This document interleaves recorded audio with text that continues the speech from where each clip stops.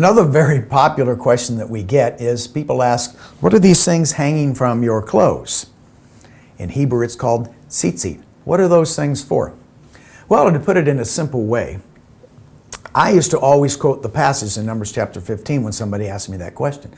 But generally the response I would get would be, well, that was in the Old Testament, or isn't that a Jewish thing? So one day I was speaking in Central America and was being taken from village to village to speak to the village people. And I went through a village in which there was a little girl hanging on to my finger. She was grabbing my finger like this and she was waving it back and forth and back and forth. Now that was kind of cute for about 10 minutes, and after a while it got very irritating. So I called one of the adults over and I asked them, what is this little girl, why is she hanging on to my finger right here?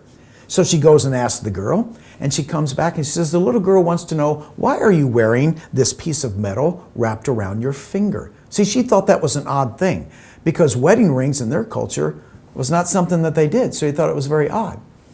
And so it dawned on me at that point, the reason why I'm wearing a wedding ring is because it expresses to everybody, I'm married to my wife, Carol, her and her alone, all other women stay away.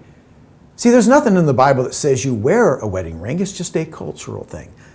And so I realized at that moment that our Father gave us one thing to wear on our clothes, something that everybody wears. That's why He has it on your clothes rather than your snow boots. Because if He said put them on your snow boots, then you'd only be wearing them 6 months out of the year. He said put them on your clothes, assuming everybody's going to be wearing clothes.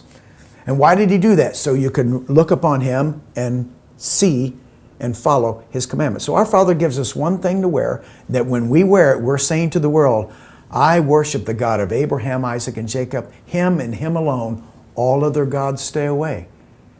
So you see, that's not a Jewish thing. That's a God thing. And it shows the world automatically who you worship and who you follow, in the same way that your wedding ring shows that you're dedicated to one woman alone.